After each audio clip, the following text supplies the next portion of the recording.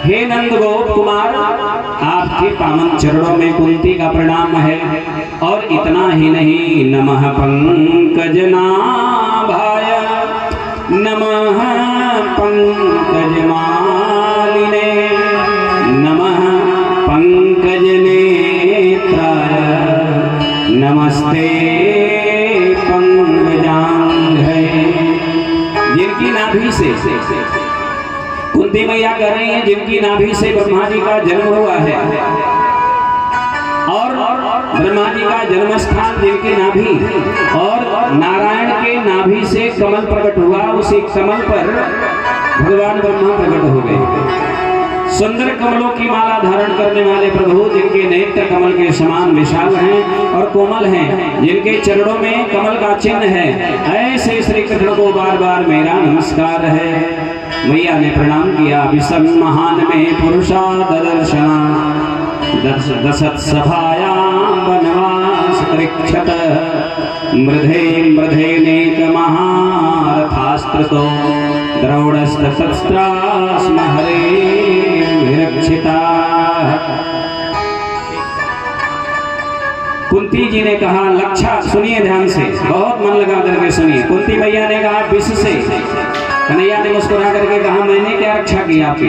कुंती ने कहा, तो सुन लो कन्हैया, विष से, लाक्षागृह की भयानक आग से, हिडिंबाद राक्षसों की दृष्टि से, दुष्टों के दूत सभा से, वनवास की विपत्तियों से, गोविंद इतना नहीं, अनेक बार के युद्धों के, अनेक महारथियों के शस्त्रास्त्रों से और अभी अभी अश्वस्थामा के ब्रह्मास्त्र से आपने मेरे उस पौत्र की, प्रपौत्र की रक्षा की है। और आप कहते हो कि मैंने क्या किया? हे गोविंद, यदि आप कृपा कर देना तो बहुत बड़ा समुद्र इतना छोटा हो जाएगा, सहज में उसको भक्त लांघ जाएगा, जैसे गाय की खुर होती है। गाय अपने खुर को, पैर को रख दे, जितना गड्ढा बने समुद्र उतना बड़ा हो जाए। हे प्रभु, इतना ही नहीं, आप यदि कृपा कर दें तो गरल सुधा रूप में परिणित हो जाता है, विष जो है अमृत बन जाता है।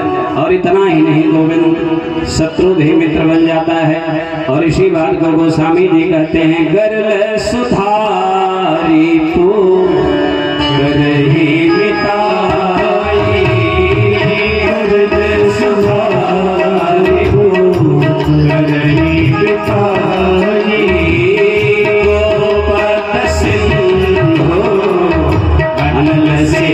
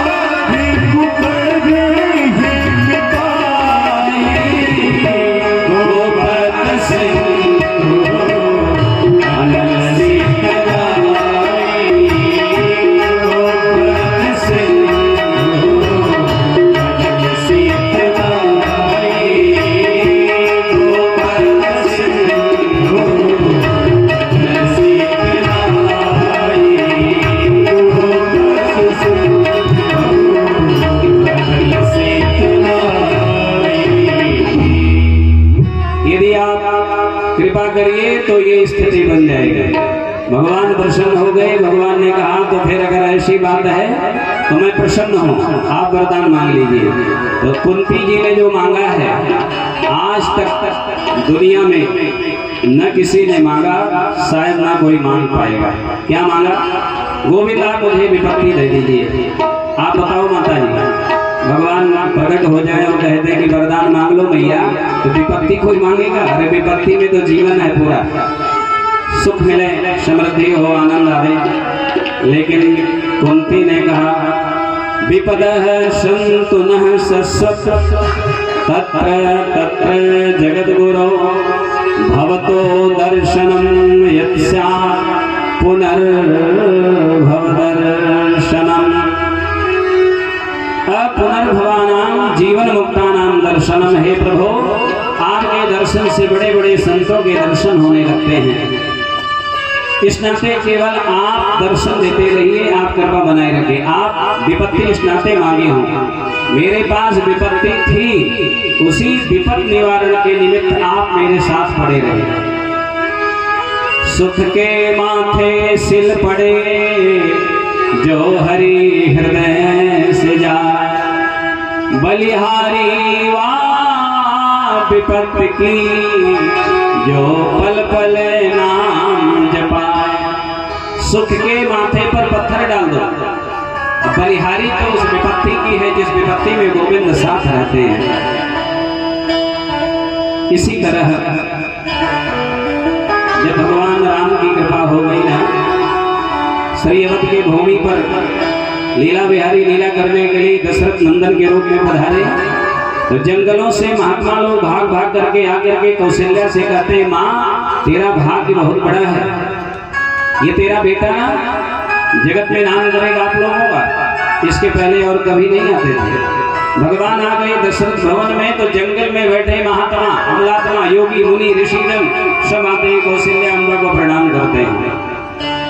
ध्यान दीजिएगा प्रेमियों, भगवान कहते हैं तुम युद्ध करो, मैं तुम्हारे साथ रहूंगा। कोई सिद्ध बन करके आए और आपके घर में कहे कि मैं आपके सर पे हाथ रख दिया, आपका काम सब हो जाए, तो मत मानिएगा, ऐसा होता नहीं। कर्म आपको करना पड़ेगा। गीता में भगवान योगेश्वर कृष्ण कहते हैं, पार्थ कर्मण्येवाधिकारस्ते मा फलेषु कदाचन, फल की इच्छा किए बगैर कर्म करना चाहिए।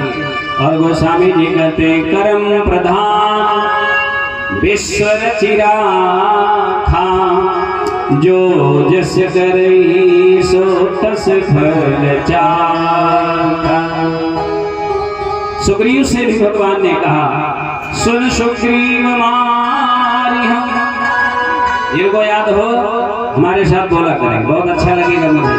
प्यारा दोहा है। हनुमान जी ने पावक साखी देकर जोरी प्रीत रढ़ाई, मित्रता करा दी, और भगवान राम ने कहा, सुन सुग्रीव मारी हूँ बाली कई बाण, ब्रह्म रुद्र शरणागत कई नव भरहि प्राण। एक ही बाण में मारूंगा, लेकिन एक बाण मारे तो राम जी, लेकिन बाली मरा नहीं। उठी पुनि बैठी देख प्रभु आगे, एक बाण लगा राम जी का बाण, अमोघ बाण, जहां लग जाए तो काम तमाम हो जाए। हनुमान जी लंका जाने लगे।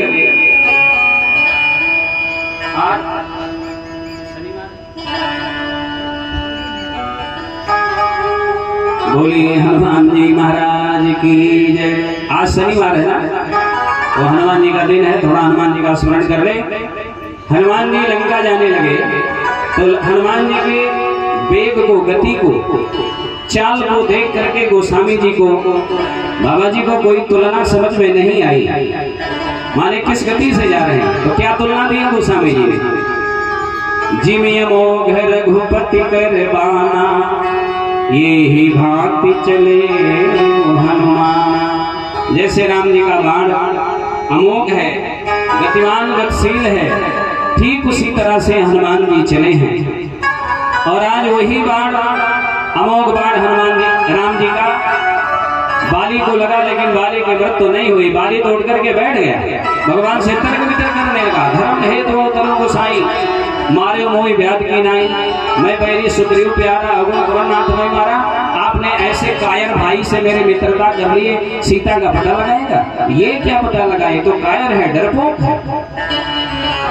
अरे पराम्बा भगवती का हरण जिस दुष्ट रावण ने किया है, उस आतताई रावण को मैं अपने कांख में दबा करके 6 माह तक समुद्र स्नान करते रहा।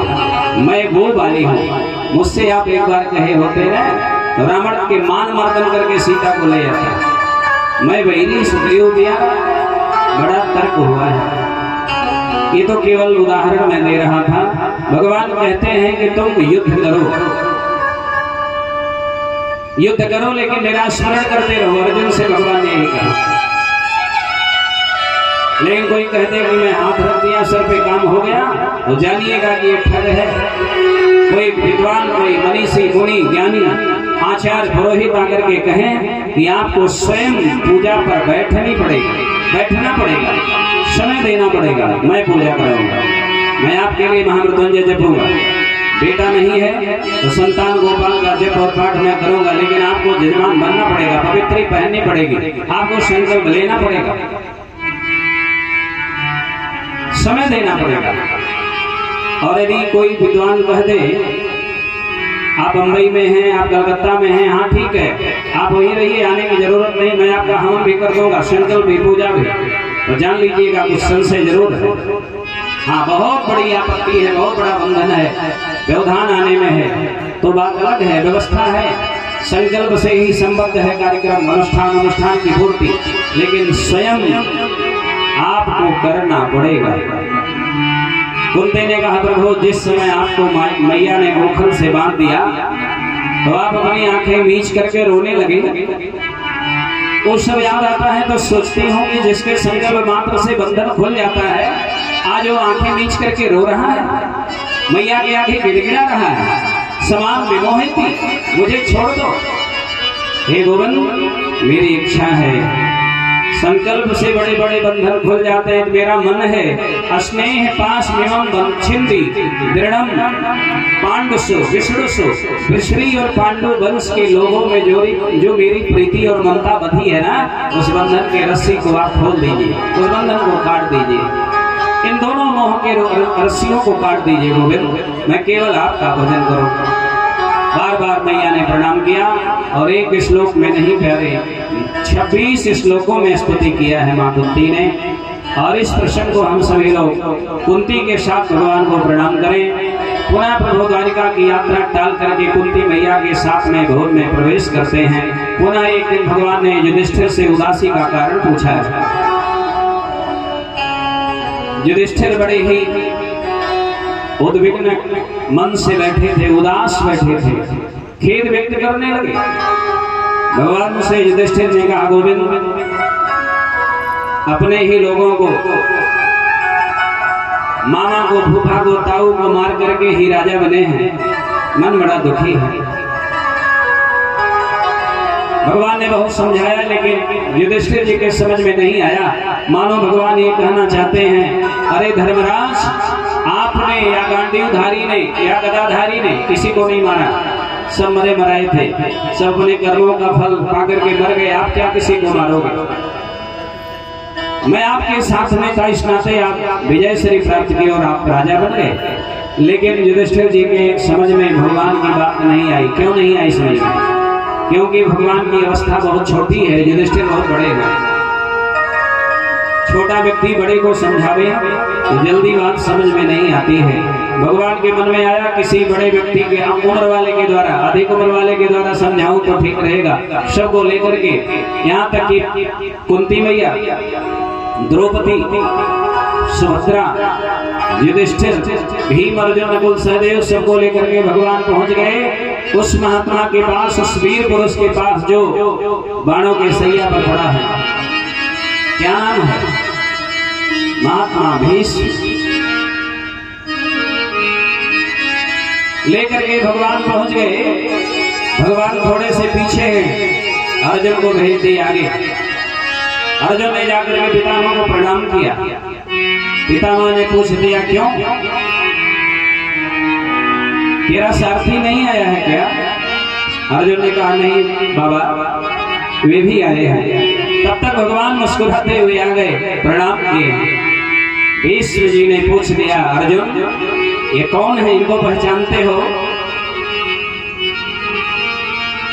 तो बोले कि मेरे मामा के लड़के, ऐसे प्रेम वाला परिचय दिए। तब भीष्म जी ने कहा यम मन से मातुलेयम, यम मन से मातुलेयम प्रियम मित्रम सुहृत्तमम अकरो सचिवम दूतम सौहृदा जिन्हें तुम अपना मेरा भाई, प्रिय मित्र, सबसे बड़ा हितैषी, प्रेम में अपना मंत्री, दूत और सारथी बनाने में संकोच नहीं कि ये स्वयं परमात्मा है अर्जुन, ये मामा के लड़के नहीं है, स्वयं जगत नियंता, जगत के मालिक भगवान है। और भीष्म ने ऐसा उपदेश किया, इसको भागवत जी में भीष्म गीता कहते हैं। बोलिए भीष्म जी महाराज की जय हो। महात्मा भीष्म ने कहा, रे अर्जुन, प्रेम में तो है मोह नाते अनेक, मानिए जो भावे, प्रेम में बंद करके चाहे मित्र बना लो और चाहे मामा बना लो, चाहे जो रिश्ता बना लो, ये तो भगवान सब बनने के लिए तैयार है। एक बड़ा प्यारा दृष्टांत याद आया, भक्तमाल की बड़ी सुंदर और प्यारी कथा। भक्तमाल में जो कथाएं हैं सब सत्य कथा है, सत्य घटनाओं पर आधारित है, और वो सारी कथाएं लगभग कलयुग की ही है। भक्तमाल की कथा है, ज्ञानदेव जी के दो शिष्य थे, एक नामदेव जी और एक त्रिलोक चंद्र जी। बोलिए राधे राधे, जरा सब लोग बोले राधे राधे, और जोर से राधे राधे, और प्रेम से राधे राधे, और भाव से बोलिए राधे राधे। और देव जी, हाँ, पैर फैला करके व्यास गद्दी की तरफ न बैठिए, शुभम शुभनम। बोलिए आनंद कंद भगवान की जय। ज्ञानदेव महाराज जी के दो शिष्य, नामदेव जी और त्रिलोक चंद्र जी। बहुत प्यारा दृष्टांत है, मन लगा करके सुनिएगा। एक दिन त्रिलोक चंद्र ने पूछा, गुरुदेव पूजा कैसे करूं? गृहस्थाश्रम में बड़ी जिम्मेदारी है, गृह कारण नाना जंजाला तेज दुर्गम शैल विशाला, कैसे पार पाया जाए? गुरुदेव ने कहा, कुछ और मत करो, अतिथि की सेवा करो। घर में जो आए उसका भाव से सेवा करो, उसका सम्मान करो, उसकी सेवा करो। अतिथि की, संतों की, ब्राह्मणों की सेवा से भगवान प्रसन्न हो जाते हैं। और उसी दिन से गुरुवचन मान करके त्रिलोक चंद्र जी आए हुए अतिथि का सत्कार सेवा करने लगे, नमन वंदन करने लगे। करते करते करते करते एक दिन की बात, त्रिलोक चंद्र जी गृहस्थ संत थे, पत्नी उनकी है, परिवार में पुत्र कोई था नहीं, संतों की महात्माओं की सेवा करने लगे। एक दिन भगवान के मन में आया, त्रिलोक चंद्र के यहाँ संतों की सेवा होती है, तो मैं चलो वेश बदल करके मैं इसकी सेवा करूं, जो मेरे संतों की सेवा करता मैं उसकी सेवा करता हूँ। भगवान का ऐसा संकल्प है, भगवान जाने का मन बना लिया। आज देखिए संयोग कैसा बना। त्रिलोक चंद्र जी गंगा जी में स्नान करके जब निकले, बाहर निकले, वस्त्र बदल रहे थे, इतने में एक 10-12 वर्ष का लड़का आया, बोला बाबा जी राम राम। त्रिलोक चंद्र जी बोले राम राम, कौन हो बच्चा? उसने कहा, बस मैं ऐसे ही जा रहा था, आपको देखा, आप गंगा स्नान कर रहे हैं, आप संत के रूप में हमें लगे, मैं प्रणाम करने चला आया। तुम कौन हो? बालक ने कहा, मैं कौन हूँ ये तो मुझे भी नहीं पता। बोलिए राधे राधे। आप लोग जान रहे हो कौन है? वही और नहीं, वही जो सोचे कि मैं चलो वेश बना के सेवा करूं। मुझे भी नहीं पता मैं कौन हूँ। अरे तुम्हारा नाम क्या है? उसने कहा, मेरा नाम अंतर्यामी है। वो सही कह रहे हैं, भगवान है तो अंतर्यामी ही है। बोले माता पिता कहे, मेरे माता पिता कोई नहीं। ठीक ही बोल रहे हैं भगवान। तो मेरे घर पर कोई नहीं, मेरे घर चलोगे? उसने कहा, मैं तो सोच ही रहा था कि मुझे कोई अपने घर ले चले। तो काम हम कर लेते हो, खूब काम करता हूँ। ठाकुर जी की सेवा, भगवान ने कहा ठाकुर जी की सेवा तो गजब की करता हूँ। त्रिलोक चंद्र जी उसके बातों से प्रसन्न हो गए, लेकर के घर आए। पत्नी से बोले, सुनती हो, एक अंतर्यामी नाम का बालक मिला है, बड़ा प्यारा है, बड़ा भोला है। पत्नी ने कहा, तो ये रहेगा? बोले हाँ, काम करेगा, सब गाय की सेवा, आपकी सेवा, मेरी सेवा, सब करेगा। तो लेगा क्या? महीने का कुछ देना पड़ेगा। त्रिलोक चंद्र जी ने कहा, इससे मैं पूछा कि क्या लोगे? इसने कहा, मैं कुछ नहीं, महीने का लूंगा, मैं भोजन 3-4 बार करता हूँ, तो मेरे भोजन में अगर टोका टोकी कोई करेगा, रोक लगाएगा, तो मैं चला जाऊंगा उसे। त्रिलोक चंद्र जी मान लिए सर, पत्नी से समझा दिए, पत्नी को देखो कभी भोजन में मत रोकना। अब क्या कमी है, इतना भरा पड़ा है, चाहे जितने बार खाए। सेवा होने लगी, 1 वर्ष बीत गया, ठाकुर जी सेवा करने लगे। भक्त त्रिलोक चंद्र की सेवा करते रहे। एक दिन की बात, त्रिलोक चंद्र जी ने कहा पत्नी से, मेरे अंतर्यामी का ध्यान रखना, मैं जा रहा हूँ यात्रा में, 5 दिन बाद लौटूंगा। त्रिलोक चंद्र जी यात्रा में चले गए। एक दिन संजोग से जाने के दूसरे दिन त्रिलोक चंद्र जी की पत्नी जी पड़ोस में चली गई, तो पड़ोसियों की जैसी आदत होती, पूछने लगी, अरे देवी, आपके घर जो लड़का आया है बड़ा काम करता है, गाय की सेवा, गंगा जल लाना, लकड़ी लाना, हवन के लिए, पूजा के लिए फूल, बड़ा सेवा करता, क्या लेता है? इन्होंने कहा, लेता तो बहन कुछ नहीं है, लेकिन खाता बहुत है। 3-4 बार खाता, कभी कभी 5 बार खाता है। मैं केवल खिलाने से परेशान रहती हूँ, ताजा ताजा बनाना पड़ता है। अब सुनिएगा ध्यान से, चर्चा हो रही पड़ोस में। लौट करके आई जब, तो त्रिलोक अंतर्यामी गायब हो चुके हैं। खोजने लगी, अंतर्यामी अंतर्यामी अंतर्यामी हो, तब तो बोले अंतर्यामी नहीं मिले। 5 दिन बीतने के बाद त्रिलोक चंद्र जी आए, बोले अंतर्यामी अंतर्यामी है नहीं। पत्नी से पूछे कहाँ गए, रोने लगी, बोले 3 दिन हो गया, गायब हो गया, कहीं मिल नहीं रहा। त्रिलोक चंद्र जी को याद आया कि देवी तूने कभी उसके भोजन में रोक टोक तो नहीं किया। देवी ने कहा, स्वामी जी मैं उसे तो कभी नहीं कुछ कही, लेकिन एक दिन पड़ोस में गई तो पड़ोस में लोगों ने पूछा तो मैंने कह दिया खाता बहुत है, और मैं उसी दिन लौट के जब घर आई तो गायब हो गया, कहाँ चला गया पता नहीं। अब त्रिलोक चंद्र जी चूंकि ज्ञानी महात्मा, वो सोचने लगे कि जो शर्त लगी थी, मेरे खाने में कोई चर्चा करेगा, रोका टोकी करेगा, मैं चला जाऊंगा। और लेकिन त्रिलोक चंद्र सोचने लगे कि पड़ोस में चर्चा हुई और वो यहाँ कैसे जान गया, इसका मतलब कहीं सचमुच में वो अंतर्यामी ही तो नहीं था। अब इनको चिंता हो गई कि सचमुच में अंतर्यामी माने भगवान तो नहीं थे।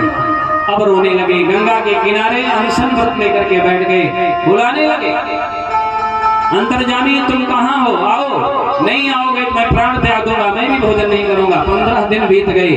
अब अंतर्यामी को लगा कि त्रिलोक चंद्र मर जाएंगे, भगवान से रहा नहीं गया। भक्त के पुकार पर चतुर्भुज नारायण के रूप में प्रकट हो गए। बोले आनंद कंद भगवान की, ताली बजा करके भगवान का अभिनंदन करें। गंगा तट पर भगवान प्रकट हुए हैं। बोले प्रभु उसी स्वरूप में, उसी अंतर्यामी बालक के रूप में प्रकट हुए। त्रिलोक चंद्र जी ने दंडवत किया, प्रणाम किया, प्रभु आप क्यों चले गए? भगवान मुस्कुराए, बोले आप सेवा बहुत करते थे संतों की, मेरा मन किया कि मैं चल के आपकी सेवा करूं। अब आप चिंता मत करिए, जाइए भोजन प्रसाद खाइए, पत्नी को खिलाइए, जब याद करेंगे तो मैं आ जाऊंगा। ये भगवान भक्तों के वश में है। कुंती के साथ में भगवान पड़े रहे तो क्या आश्चर्य है। भीष्म पितामह ने कहा, अर्जुन गीता का गायक तेरा सारथी कहाँ है? भगवान प्रकट हो गए, चर्चा होने लगी। भीष्म जी ने कहा, प्रभु आपकी मैं प्रतीक्षा कर रहा था, आप आ गए ना, अब मैं जाऊंगा, मेरे जाने का समय हो गया है। प्रेमी जनों, भीष्म पितामह ऐसे शक्तिमान थे, शक्तिशाली थे, इच्छा वरदानी थे, इच्छा मृत्यु का वरदान था, जब चाहते तब शरीर त्याग देते। इतना कष्ट भोगने की क्या जरूरत थी, लेकिन भगवान के दर्शन की प्रतीक्षा कर रहे थे। आज भीष्म पितामह ने कहा, प्रभु आपने मुझे बड़ी प्रतीक्षा कराई, अब थोड़ी देर आप मेरी प्रतीक्षा करिए। भगवान भी प्रतीक्षा करते हैं अपने भक्तों की। भीष्म पितामह ने कहा, सदैव देवो भगवान प्रतीक्षता कलेवरम यावद इदं हिनोम्यहम्। हे प्रभु, यावद इदं कलेवरम यावद नहीं नोमी तावत प्रतीक्षता भगवान, जब तक मैं इस कलेवर का शरीर का परित्याग न कर दूं तब तक आप प्रतीक्षा करिए, खड़े रहिए, जाइएगा मत। भगवान सोचने लगे, द्वारिकाधीश जी ये न जाने कब शरीर त्यागेंगे, इच्छा मृत्यु का वरदान है, कब मन में इनके आए कि मैं जाऊं, तो मैं कब तक खड़ा रहूंगा। यही सोच करके भगवान थोड़े उदास हो गए। सुनिए जरा ध्यान से, भगवान यही सोच करके उदास हो गए, मुंह लटका लिए तब भीष्म पितामह ने कहा ना, ऐसे नहीं बोला हूँ। प्रसन्न हासारुणलोचनो लसन मुखाम्बुजोध्यां पतश्चतुर्भुज। हे प्रभु, ऐसे नहीं, आप प्रसन्न हासारुणलोचनो लसन, आप मुस्कुरा करके खड़े रहिए, उदास मत खड़े होइए। और भगवान के कहने पर पितामह ने युधिष्ठिर को उपदेश किया है। पितामह ने कहा, युधिष्ठिर राजा बन गए हो, कन्हैया की कृपा से तो एक काम करना, दान धर्मान राजधर्मान मोक्ष धर्मान विभागशः स्त्री धर्मान भगवत धर्मान समासभ्यासयोगतः, इन सभी का कुछ समास कुछ विस्तार से वर्णन किया, उपदेश किया है पितामह ने। और विशेष करके 3 प्रकार का उपदेश बाबा ने किया। पितामह ने कहा, युधिष्ठिर जी, शरण में शत्रु भी आ जाए तो क्षमा कर दीजिएगा, आए हुए अतिथि का सत्कार करिएगा। और तीसरा उपदेश बाबा ने दिया कि पाप होते हुए देखना भी मत। पाप करना तो पाप ही है, लेकिन पाप कोई कर रहा उसको आप देखोगे तो भी आपको पाप लगेगा, ऐसा मत करना। ऐसा उपदेश चल रहा था। सब लोग गंभीर मुद्रा में श्रवण कर रहे थे, अनुपालन कर रहे थे। लेकिन उसी समय तीसरा उपदेश जैसे ही मुख से निकला, पाप करना भी महापाप है, इतने में द्रौपदी को हंसी आ गई। बोलिए राधे राधे। पितामह बोल रहे हो और बीच में कोई हंस दे, वो भी स्त्री। पितामह ने कहा, क्यों द्रौपदी, क्या बात है, क्यों हंसी? द्रौपदी घबरा गई, बोली, बाबा बस ऐसे ही हंसी आ गई, क्षमा करिए। बोले, ना ना ना, कुलवती नारियां अनावश्यक हंसा नहीं करती, कोई कारण है बताओ। तब द्रौपदी ने हिम्मत करके कहा, आपने अभी अभी उपदेश किया है, पाप करना भी देखना भी महापाप है, तो ये महापाप आपने क्यों किया बाबा? पंक्ति ने सबसे आगे बैठे थे, यदि आप एक बार उंगली उठा देते तो क्या हिम्मत थी दुशासन और दुर्योधन की मुझे निर्वस्त्र करने का? साहस भला कैसे कर सकते? आप बोले तब नहीं। और जैसे ही द्रौपदी ने बात कही तो सिसकियों से महात्मा रोने लगे। भीष्म ने कहा, देवी क्षमा करो, द्रुपदसुता, मेरी बुद्धि कुंठित हो गई थी, मैं दूषित अन्न खा लिया था। ऐसे दुष्प्रवृत्ति वाले दुर्योधन के दूषित अन्न का हमने सेवन कर लिया, मेरी बुद्धि बिगड़ गई थी, मुझे क्षमा कर दो। अब द्रौपदी पश्चाताप करने लगी, मैंने तो बिना मतलब का बाबा को कष्ट दिया। भगवान ने शांत किया है सबको। पितामह ने 11 श्लोकों में भगवान से स्तुति की है। इति मतिरुपकल्पिता वितृष्णा भगवती सात्वत्पुंगवे विभूम्नि स्वसुखमुपगते क्वचिद् विहर्तुं प्रकृतिमुपेयसु यदा प्रवाह।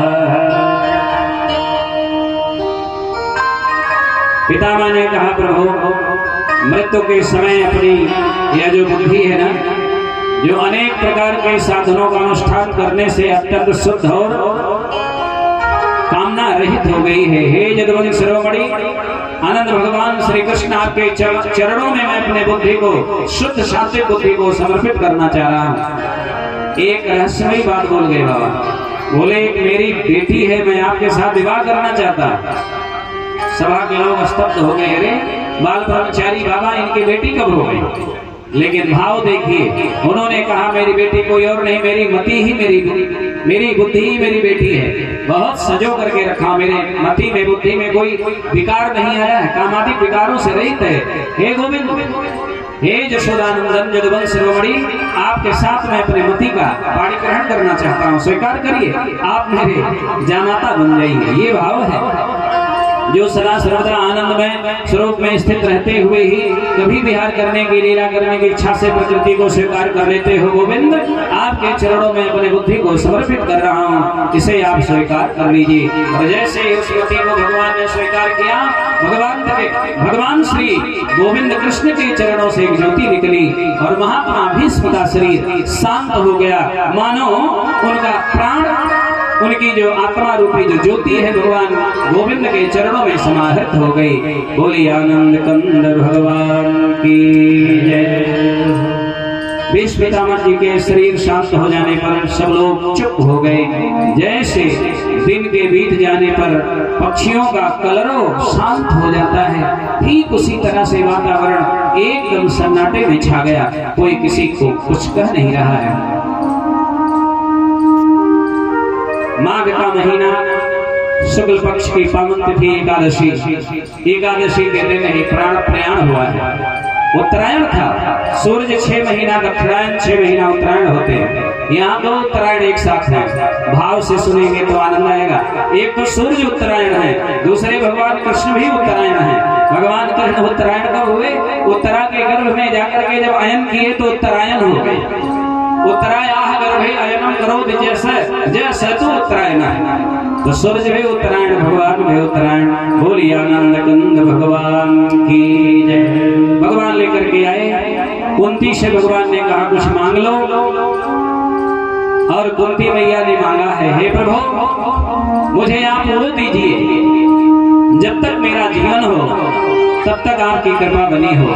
और आप लोगों से मेरी प्रार्थना है प्रेमी जनों, आपसे कभी भगवान कहें, कभी अवसर मिले, भगवान कहे कि वरदान मांग लो, तो क्या मांगेंगे? धन दे दीजिए, मकान हो जाए, जमीन ज्यादा हो जाए, लग्जरी गाड़ी आ जाए? ना ना ना। हे प्रभु मांगा है मैंने, राम से मांगा है मैंने, श्याम से वरदान एक ही, तेरी कृपा बनी रहे जब लग है जिंदगी। तो आइए ऐसे सादे में नहीं आनंद आ जाएगा, थोड़ा संगीत से आनंद लिया जाए। बोलिए आनंद कंद भगवान की, श्री करुणावत्सल भगवान की। मांगा है मैंने श्याम से वरदान एक ही, वरदान एक ही, तेरी कृपा बनी रहे जब तक है जिंदगी। मांगा है मैंने श्याम से वरदान एक ही, वरदान एक ही, तेरी कृपा बनी रहे जब तक है जिंदगी। तेरी कृपा बनी रहे जब तक है जिंदगी।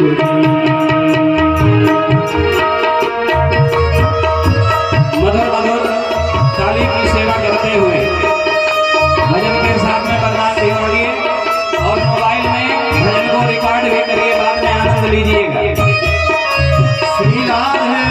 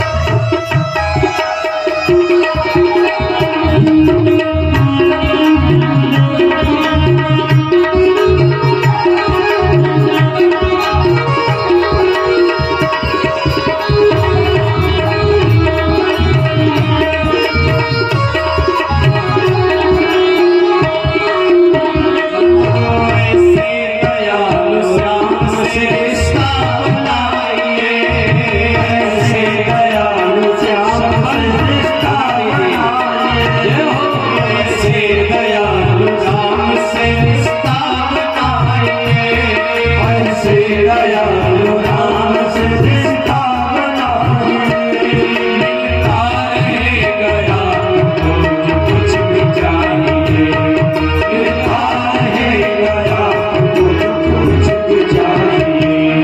ऐसा करिश्मा होगा, ऐसा करिश्मा होगा, हुआ कभी नहीं, हुआ कभी नहीं, तेरी कृपा बनी है जब तक जिंदगी, तेरी कृपा बनी है जब तक जिंदगी,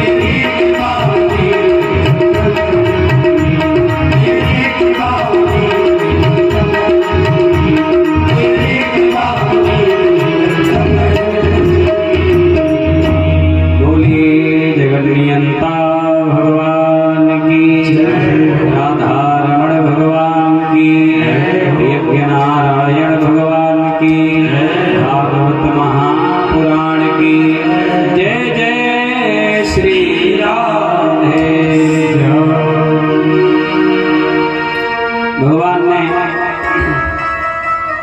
वरदान आशीर्वाद प्रदान करके सबको लेकर के भगवान गए। कुछ वर्षों के बाद समय आने पर, कुछ माह के बाद उत्तरा महारानी ने सुंदर पुत्र को जन्म दिया।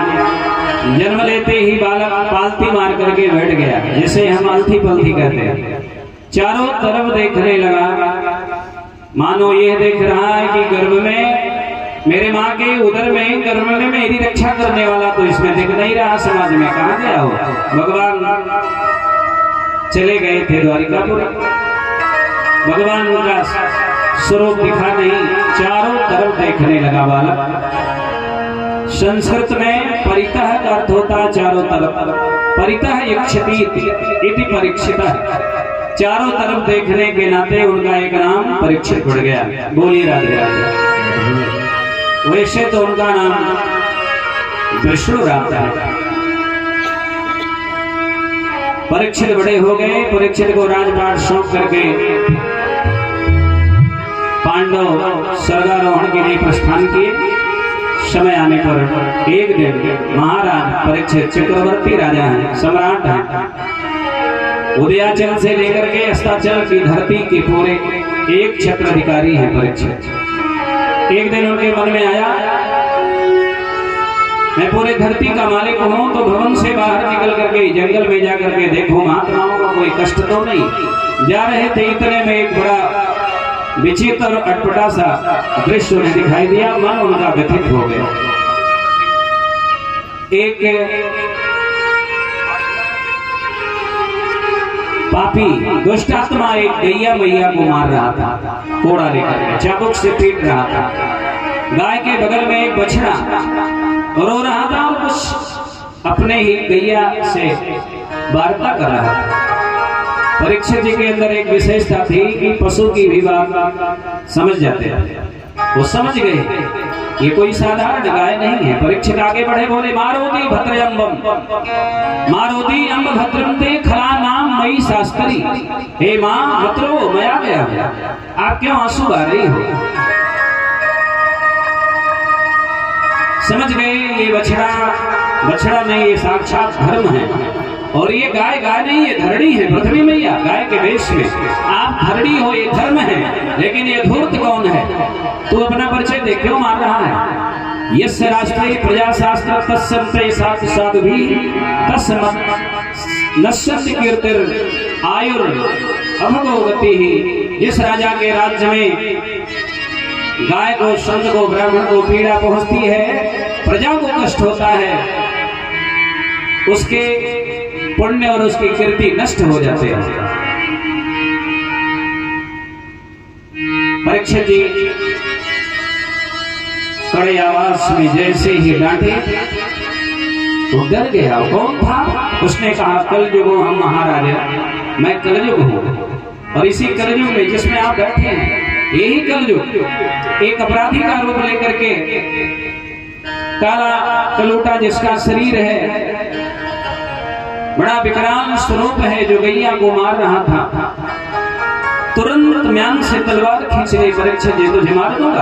अब वो समझ गया ये बलशाली राजा मुझे मार देंगे, तो तुरंत उसने क्या किया, हाथ जोड़ दिया, महाराज क्षमता, अरे आप जहां आदेश करिए वहां मैं रहूं।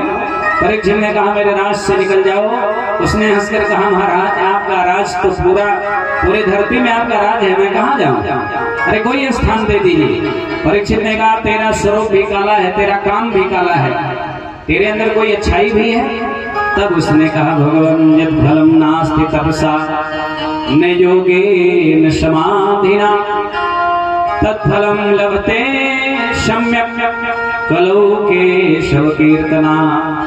हे महाराज यत् फलम नास्ति तपसा न योगे न समाधिना, बड़े बड़े योग समाधि के द्वारा जो फल नहीं मिलता था, वो फल मेरे कलयुग में केवल नाम जप करने से, कलौ केशव कीर्तना, भगवान कृष्ण की स्तुति और भगवान का भजन करने से वो फल मिल जाएगा। मेरे अंदर इतना बड़ा गुण है। और एक गुण पर परीक्षक जी रीझ गए, बोले तेरे अंदर तो बहुत बड़ा गुण है, चल कोई बात नहीं, तू जा, 4 जगह रह, 4 जगह द्यूतम पानम स्त्रिय सुना यत्रा धर्मस् चतुर्विध। 4 जगह रहो। द्यूतम जहां जुआ खेलते हो लोग, ध्यान से सुनना प्रेमियों, जुआ में कपट रूप में कलयुग निवास करता है। जुआ को ईमानदारी और धर्म से नहीं खेला जाता है। अगर धर्म और ईमानदारी से जुआ जीतते तो शायद युधिष्ठिर भी जीत गए होते। दूसरा स्थान पानम, मदिरा पान जो करते हैं, मदरोक में कलयुग निवास करता है। तीसरा स्थान स्त्रिय, पर स्त्री में जो लोग आसक्ति अपनी लगाए रखते हैं, उसके अंदर आसक्ति रूप में कलयुग निवास करता है। सूना नाम हिंसा, जो मारकाट की बात करते हैं, जो हत्या हिंसा करते हैं, निर्दयता के रूप में कलयुग निवास करता है। 4 स्थान दे दिया कलयुग ने। कहा जैसा मेरा स्वरूप आप देखे ऐसा स्थान भी चारों गड़बड़ दे दिए। जुआ में, मदिरा में, परिस्त्री में, हत्या में। महाराज मेरी भी परिवारी होगी, मेरा भी परिवार होगा, कोई बढ़िया तो एक आध स्थान दीजिए जहाँ मेरे भी अतिथि आए, गेस्ट हाउस, मेरा भी गेस्ट हाउस बने। परीक्षित जी उसके गुण पर रीझे थे, 5वां स्थान दे दिए, सोना। क्या दे दिए? सोना। सोना का बड़ा अर्थ होता है, शब्दानाम अनेक अर्थ, एक शब्द के कई अर्थ होते हैं। सो माने वह ना, वह नहीं दिए जो देना था, सोना। और दूसरे अर्थ में दे दिए सोना, तीसरे अर्थ में सोना नहीं चाहिए। कब? जब कथा हो रही हो, किसी को नींद आ रही हो तो जग जाइएगा, क्योंकि कथा में सोना नहीं चाहिए। सोना केवल पहनने के लिए चाहिए। सोने की अंगूठी बनवाइए, चैन बनवाइए, पहन जाइए, पहनिए, लेकिन सोनार के यहाँ से स्वर्णाभूषण तैयार करा के लाइए तो एक नियम सुनिए, सुनिए जी, सोनार के यहाँ से दुकान से लाइए तो गंगा जल में स्नान कराइए, भगवान को समर्पित करिए तो नियम बस तो गोविंद तो तुम्हें समर्पय, तब धारण करिए, न तो वो सोना कभी खोएगा, क्योंकि सोना का खोना और सोना का पाना दोनों ठीक नहीं माना गया है। इस नाते भगवान को समर्पित करके पहनिएगा, तब आपकी माया, आपकी ममता उसमें नहीं रहेगी, भगवान का हो जाएगा। भगवान की वस्तु कभी खोती नहीं है, चिंता नहीं रहेगी। फिर सोना, सुनिए, अमीर सोना धारण करते हैं, गरीब तो बन नहीं पाता, लेकिन सोना, सोने में आनंदित रहता है। गरीब कैसे? जरा ध्यान से सुनिएगा। अमीर सोने की चैन बनवाता है, लेकिन गरीब चैन से सोता है। फिर से सुनिए, अमीर सोने की चैन बनवा के मस्ती में रहना चाहता है, लेकिन गरीब चैन से सोता है। आप जाइए शहरों में 4 बजे भोर में रिक्शा मान बेचारा सोया रहता है, सीट पर पैर रख के, गद्दी पे पैर रख के, सीट पे सर रख के सोए। आप जगाओगे, बोलोगे भैया चलोगे? हाँ चलेंगे। सो जाते हैं फुटपाथ पर अखबार बिछाकर। मजदूर कभी नींद की गोली नहीं खाते, मजदूर कभी नींद की गोली नहीं खाते। इतना अंतर है। अच्छा, भगवान अगर आपके कर्मों के अनुसार आपको गरीबी दे दी, गरीबी मिल गई, तो गरीब होकर के परेशान मत होइएगा। एक महात्मा जी बता रहे थे, अरे भैया, जो जितना गरीब होता है वो उतना भगवान के करीब होता है। बोलिए राधे राधे। गरीबी में भगवान याद बहुत आते हैं। अभी अभी प्रसंग आप सुन रहे थे, 5वां स्थान दे दिया, लेकिन सोने से घबराइएगा ना।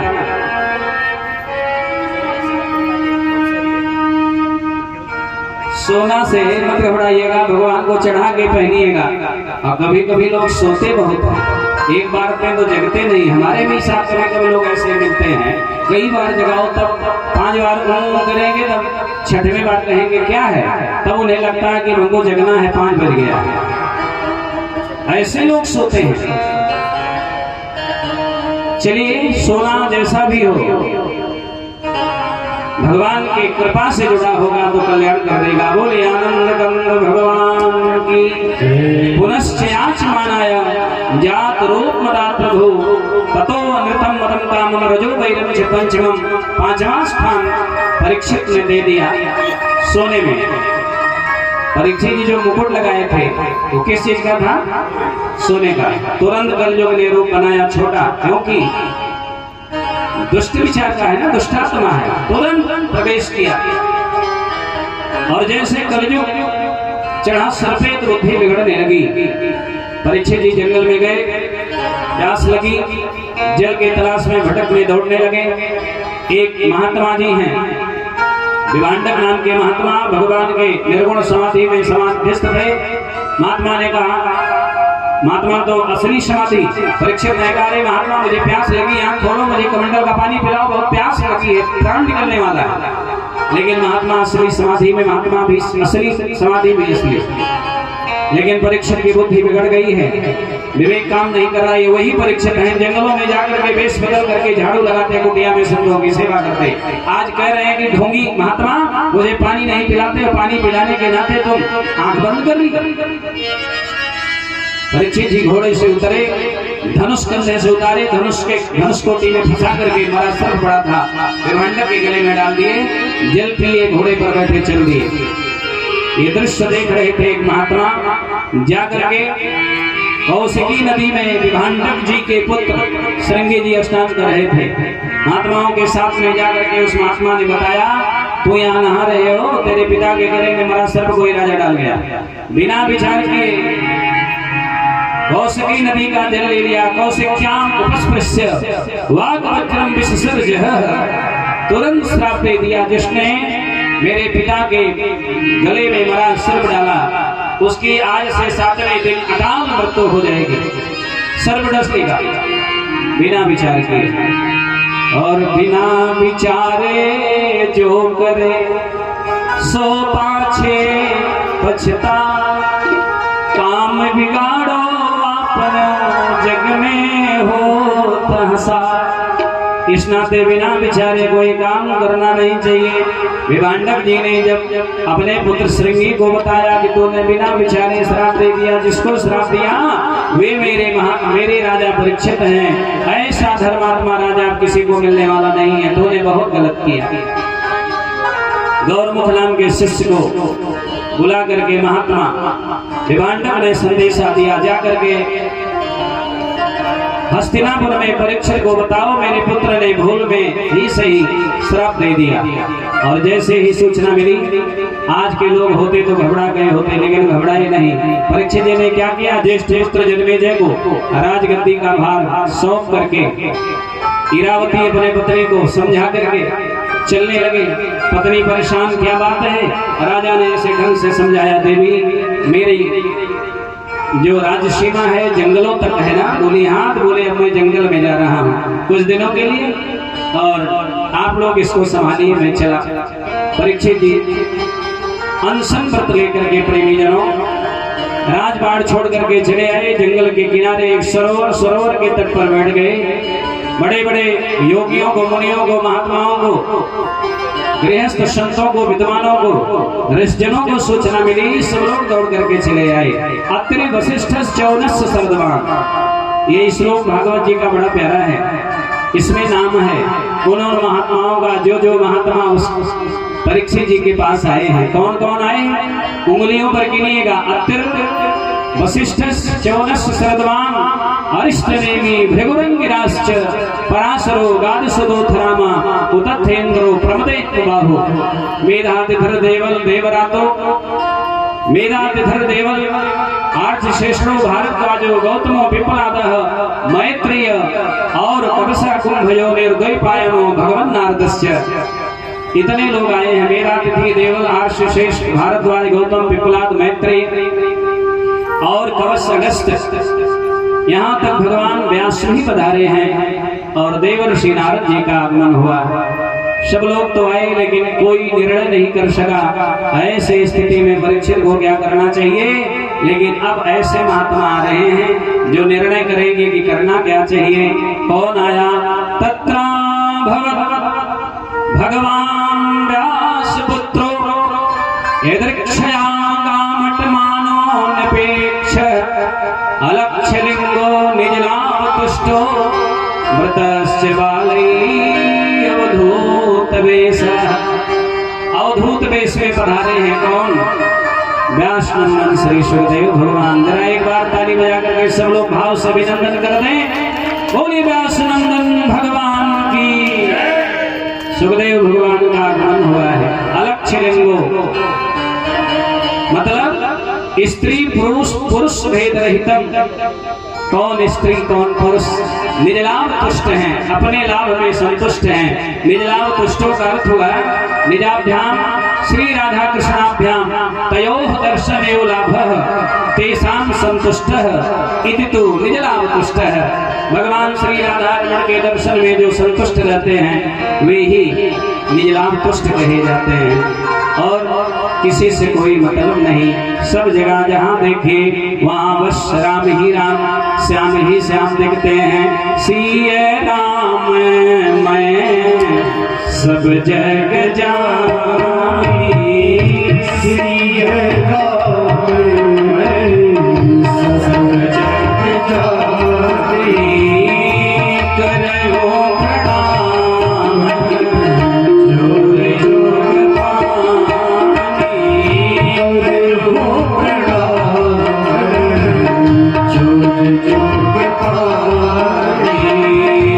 सिया राम मैं सब जग जानी, सिया राम मैं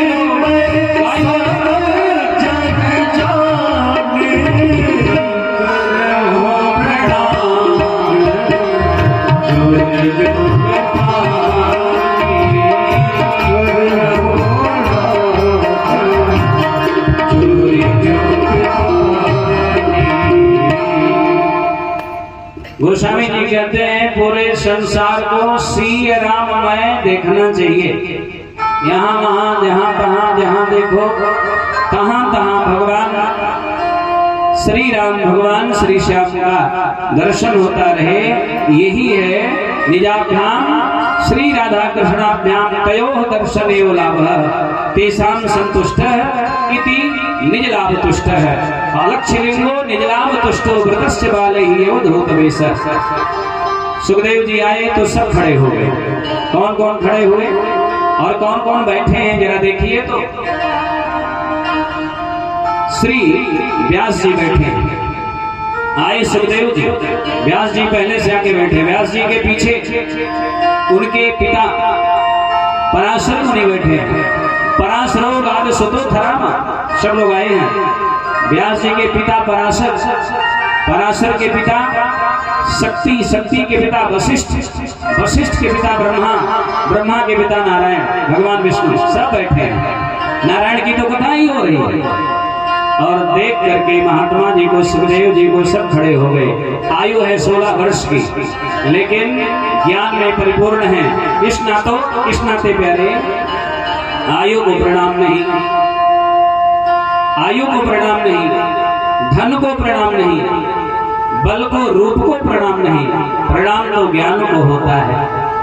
कोई आयु वृद्ध है, कोई ज्ञान वृद्ध है, कोई वयो वृद्ध है, लेकिन सब प्रणाम उसे करते हैं जो ज्ञान में श्रेष्ठ होता है। ज्ञान में सर्वश्रेष्ठ सुखदेव जी को देख करके सब लोग अभिनंदन के लिए खड़े हो गए।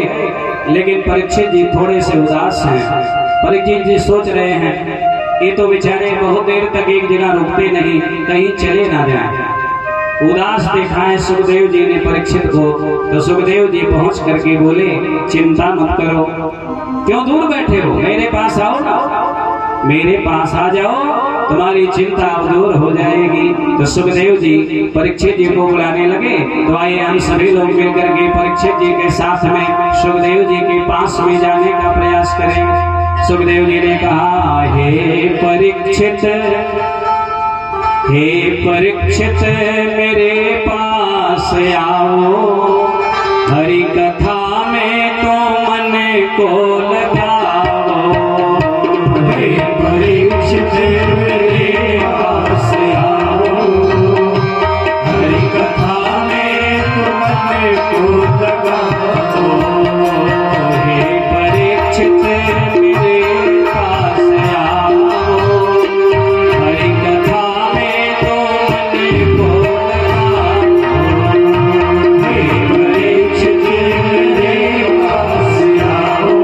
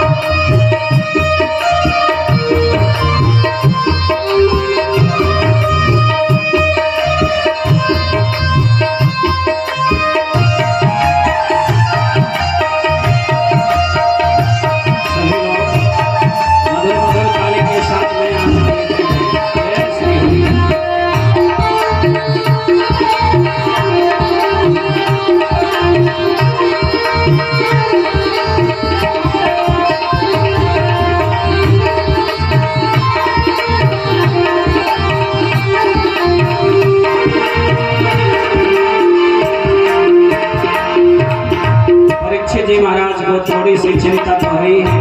क्या हो, डर नहीं है, चिंता है।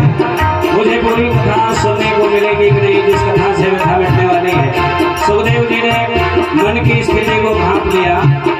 गुरुदेव ने कहा, परीक्षित, गर्भ में जिस प्रभु ने बचाया, गर्भ में जिस प्रभु ने बचाया, गर्भ में जिस प्रभु ने बचाया, गर्भ में जिस प्रभु ने बचाया, समझ लो बस उसी की है माया, समझ लो बस उसी की है माया। कथा सुन के,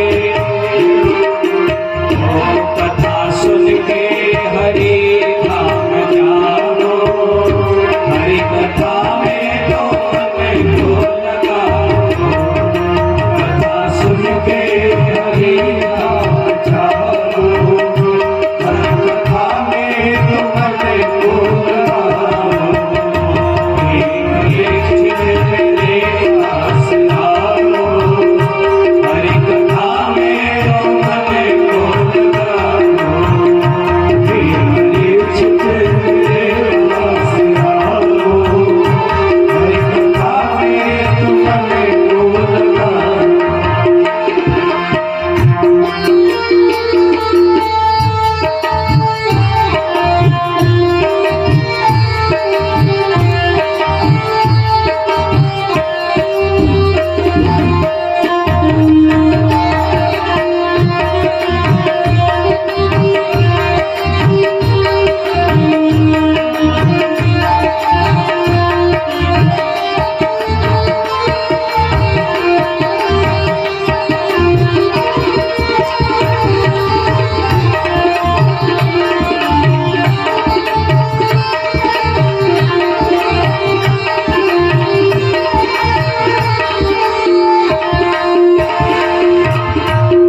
अच्छा डर क्या है? महात्मा का श्राप लगा है।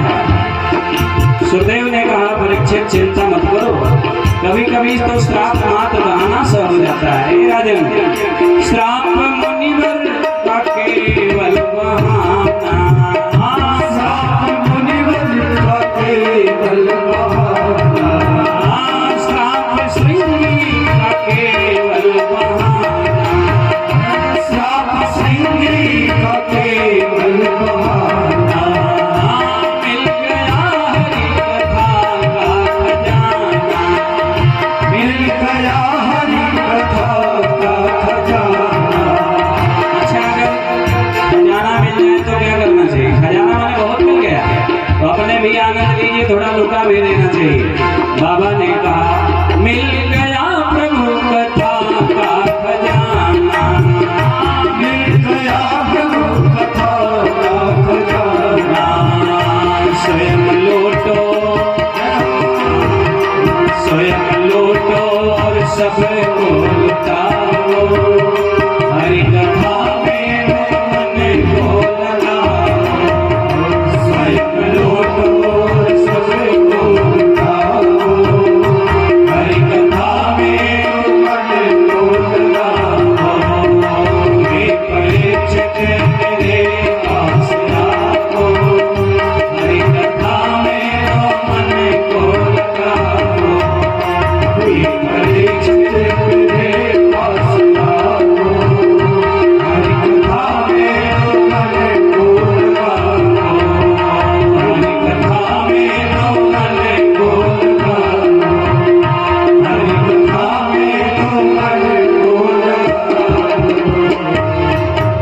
बोली परीक्षित जी महाराज की जय, श्री सुखदेव भगवान की जय। सुखदेव जी ने कहा, चिंता मत करो, स्वयं लौटो और सबको लुटाओ, मस्त होकर प्रभु गीत गाओ।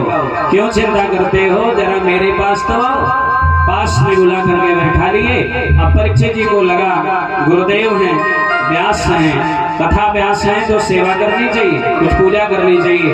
पूजा वूजा करने लगे, सोचे माला फूल तो है नहीं, मंत्रों के द्वारा कुछ अर्चन बंदन होने लगा। इतने में एक महात्मा जी आए, बोले राजा परीक्षित जी से बोले राजन, ये संत जी ऐसे नहीं है कि आपके पूजा के और भाव के भूखे हैं। ना ना ना ना, आप अपने भाव अपने पूजा को रखिए, केवल एक प्रश्न करिए जिसलिए आप आए हैं। ये ज्यादा देर रुकते नहीं, गोदोहन काल पर्यंतम केवलम एक स्थाने, एक स्थान पर उतने देर ही रुकते हैं सुखदेव जी जितने देर तक गाय दूही जाती है। बोलिए राधे राधे। ये ज्यादा देर रुकेंगे नहीं। अब तुरंत परीक्षित जी ने प्रश्न कर दिया, अतः पृच्छामि संसिद्धिं योगीनां परमं गुरुं पुरुषस्य हितकार्यं म्रियमाणस्य सर्वथा। मैं आपसे परम सिद्धि के स्वरूप एवं साधन के संबंध में प्रश्न कर रहा हूँ गुरुदेव। जो पुरुष सर्वथा मरणासन है, जिन्हें ये ज्ञात हो गया कि मुझे मरना है और दिन भी निश्चित हो गया 7वें दिन मरना है, उसको क्या करना चाहिए? अब यह प्रश्न उठता है कि क्या केवल परीक्षित को ही पता था मरना है? आपको नहीं पता है? सबको पता है मरना है। और एक बात बताऊं प्रेमियों, 7 ही दिन में मरना है। घबराइएगा नहीं कि आज से 7 दिन, ना ना। 7 दिन माने रविवार, सोमवार, मंगलवार, बुधवार, गुरुवार, शुक्रवार और शनिवार, इसे 7 दिन में मरना है। 7 दिन में ही दुनिया मरेगी, 7 ही दिन में जाना है। इस नाते परीक्षित को पता था कि आज से 7वें दिन मृत्यु है, हमको तो भी नहीं पता है। इस नाते अहरनिश भगवान के चरणों में लग जाइए।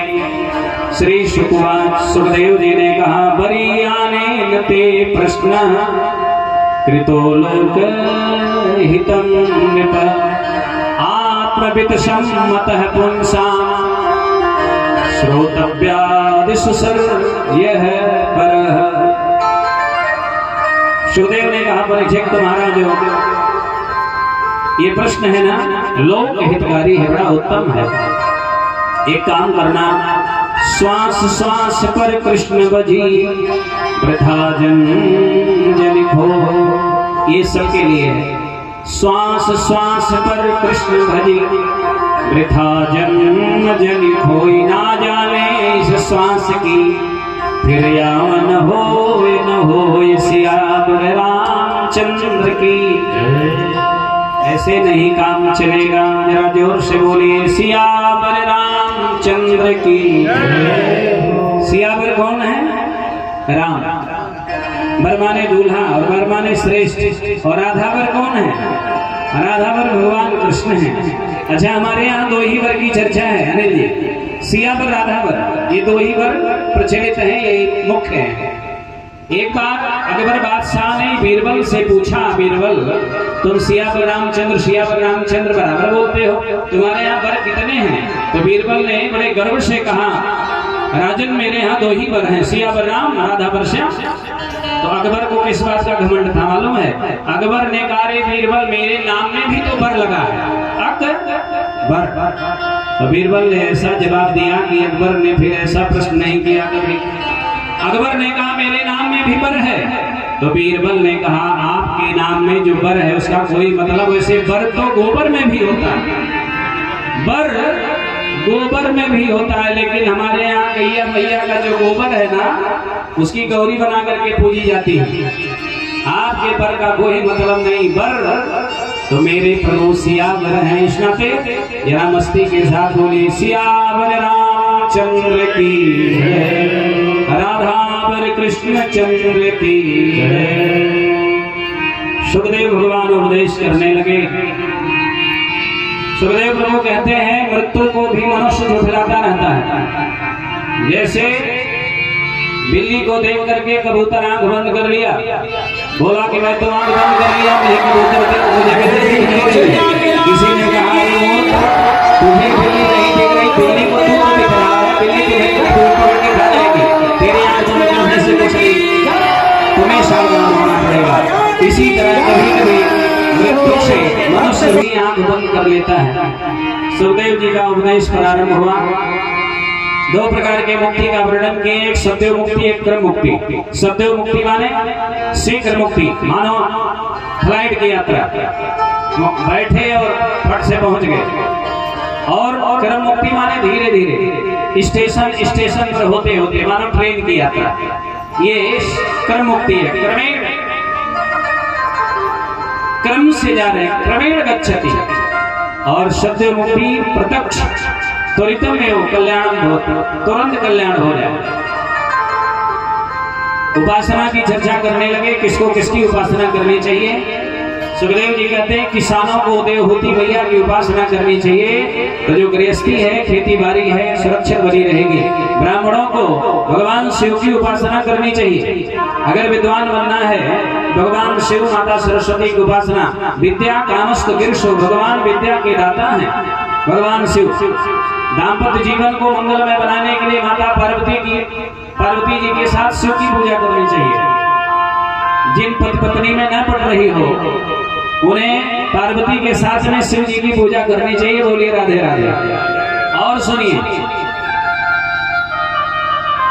जिनका जीवन अभी कुछ सुना सुना लग रहा है, जिनका विवाह नहीं हुआ है, तो शास्त्रों में लिखा है सुंदर पत्नी पाने के लिए उर्वशी अप्सरा की अथवा भगवती दुर्गा की उपासना करनी चाहिए। दुर्गा सप्तशती में हमारे आचार्य जी लोग एक श्लोक बोलते हैं, और मेरे साथ में बोले सभी लोग, जिनको याद है। पत्नी मनोरमां देहि मनोवृत्तां सारिणी तारिणी दुर्ग संसार शारस्य कुलोद्भवा। हे मां, इतनी सुंदर आज्ञाकारिणी पत्नी दीजिए कि जीवन आराम से बीत जाए। तो मां, कभी किसी बालक का अगर विवाह नहीं हो रहा, विलंब हो रहा, तो आचार्य लोग इसी मंत्र का संपुट लगा करके अनुष्ठान भी करते हैं। किसी के बेटी का विवाह नहीं हो रहा है, तो कात्यायनी मैया का विधान बताया। कात्यायन महामाये महायोगिनी महेश्वरी नंद गोप सुतम देवी पतिम में गुरुते नमः। ये भागवत जी का श्लोक है। सब नियम है, बस नियमानुसार कराया जाए तो सारे कार्य आपके पूर्ण हो सकते हैं। राजपद अगर पाना है, विधायक मंत्री बनना है, सांसद बनना है, प्रधान बनना है, मनुओं की उपासना करिए। शरीर के सुंदरता के लिए, मन की सुंदरता के लिए गंधर्वों की उपासना।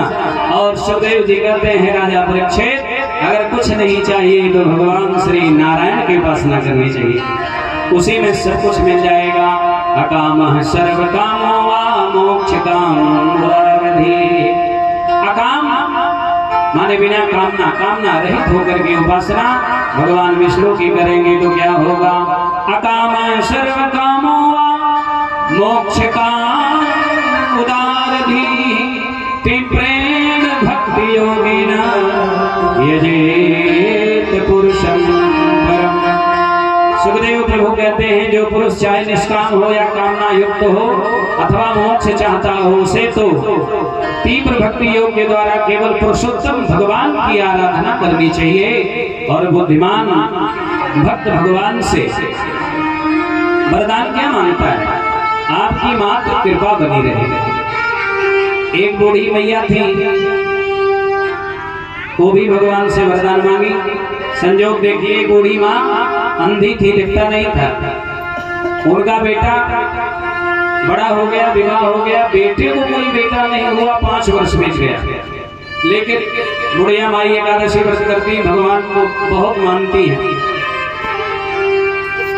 बड़ी गरीबी है परिवार में, 3 अभाव है। बुढ़िया मैया स्वयं अंधी है, बेटे को कोई बेटा नहीं हुआ, बहू को कोई बेटा नहीं हुआ, 5 वर्ष बीत गए। परिवार में गरीबी भी है, 3 कमी है। एक दिन भगवान प्रसन्न होकर के प्रकट हुए, बोले वरदान मांगो, लेकिन एक ही वरदान मांगना। मैया बुद्धिमान थी, पुराने जमाने की पढ़ी लिखी, भगवान की पूजा करते करते ऐसे ही बुद्धि विवेक आ जाता है।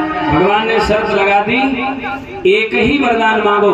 मैया कितने विवेक से वरदान मांगी है, देखिए। स्वयं है अंधी, दिखता नहीं, कोई पोता पोती भी नहीं, परिवार में बड़ी गरीबी भी है। मैया ने कहा प्रभु अच्छा एक ही वरदान देना है तो एक ही दीजिए, लेकिन हे प्रभु ऐसा वरदान दीजिए, मैं सोने की कटोरी में अपने पोते को दूध भात खिलाते हुए देखूं। एक ही वरदान मांगी, एक लाइन का, मैं अपने पोते को सोने की कटोरी में दूध भात खिलाते हुए अपने आंखों से देखूं। अब आप बताइए कुछ शेष बच रह गया? अपने आंखों से देखो, सोने की कटोरी में गरीबी भी चली गई, ज्योति भी आ गई, गरीबी मिट गई, पोता भी हो गया। भगवान बड़े प्रसन्न हो गए, प्रमुदित होकर के वरदान तथास्तु कह करके चले गए। बोलिए आनंद कंद भगवान की जय।